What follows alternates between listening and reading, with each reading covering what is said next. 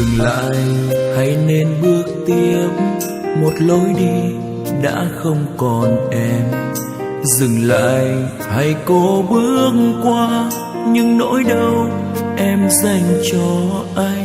Khi một người đã không yêu nữa thì khổ đau cũng như vậy thôi.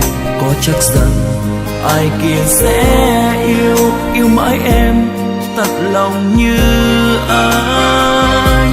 Dừng lại hay cố bước qua những năm tháng khi không có em. Dừng lại hay cố bước qua những buồn vui mình đã có nhau. Từng lời em nói yêu anh như cơn gió bay đi mất rồi. Chỉ vì một phút đam mê em vội quên lời yêu lúc xưa. Dần lòng phải cố quên em khi cảm giác yêu thương chẳng còn. Dần lòng phải cố quên đi để tập quen một cuộc sống mới.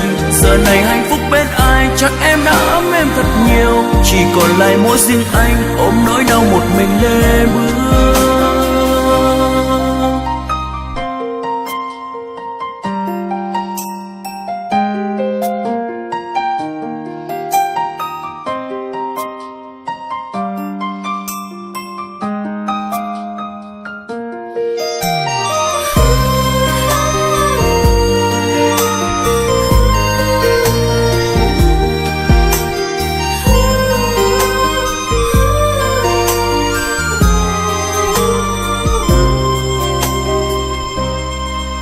Khi một người đã không yêu nữa thì khổ đau cũng như vậy thôi.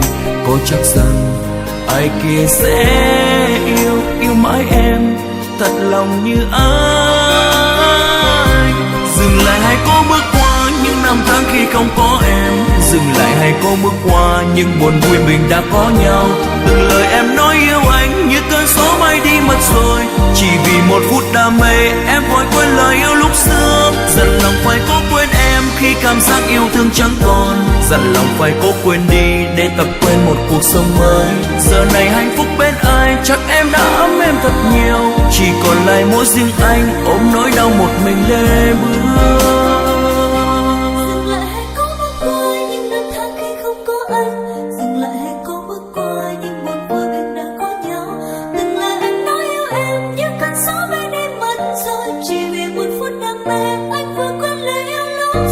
Dần lòng phải cố quên em khi cảm giác yêu thương chẳng còn. Dần lòng phải cố quên đi để tập quen một cuộc sống mới. Giờ này hạnh phúc bên ai chắc em đã ấm em thật nhiều. Chỉ còn lại mỗi riêng anh ôm nỗi đau một mình lê bước. Chỉ còn lại mỗi riêng anh ôm nỗi đau một mình lê bước.